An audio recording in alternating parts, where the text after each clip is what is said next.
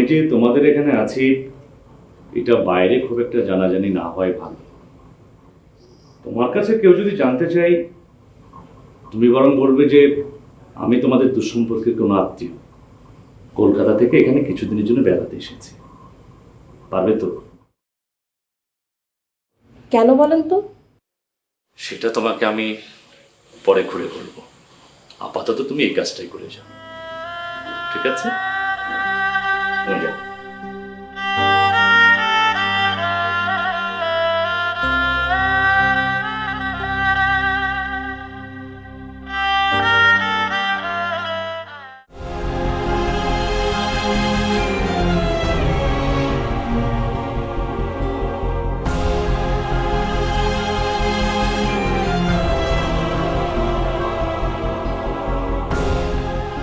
আরে গায়ে বসাই যে, আমি আপনার কথাই চিন্তা করতেছিলাম। ওই বিষয় হচ্ছে কি, ওই বাড়ির একটা অংশ বিক্রির জন্যই আমি একটা খদ্দের ঠিক করেছি। আমি ভাবছিলাম আপনার সাথে তার একটু দেখা করাই দেবো।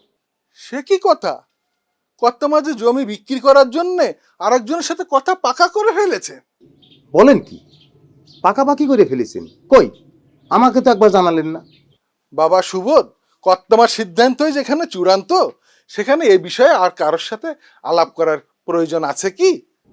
না না, আমিও তো এই বাড়ির বড় ছেলে, তা কোনো সিদ্ধান্ত নেওয়ার আগে তো আমাকে একটু জানার দরকার আছে। আমি অপারগ, কর্তামার সিদ্ধান্তের বাইরে আমি এক পাও যেতে পারবো না। তাছাড়া তোমাকে সবকিছু জানাবার নিষেধ আছে। ও, এই কথা? তাহলে আপনিও কান খুলে শুনে রাখেন নায়েব মশাই, এখন থেকে যে কোনো সিদ্ধান্ত নেওয়ার আগে আমাকে জানাতে হবে। আমি আমার বাড়ির একটা অংশ থেকেও পিছপা হব না, তা না হলে আমি আবার মতো করে ব্যবস্থা নেব।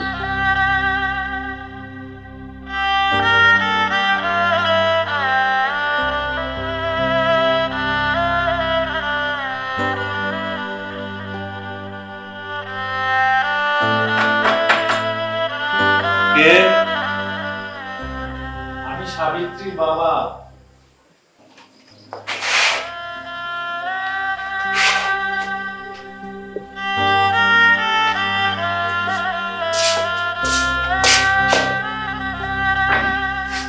নমস্কার।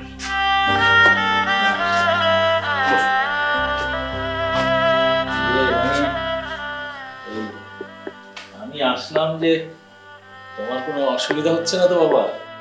না না কাকা বাবু, আমি একদম ঠিক আছি, কোনো অসুবিধা হচ্ছে না। আমি আবার পরে এসে গল্প করবো তোমার সাথে। হ্যাঁ, আর শোনো, একেবারে নিজের বাড়ির মতো থাকবে, কোনো বিষয়ে কোনো লাজ করবে না। অসুবিধা নেই বাবু।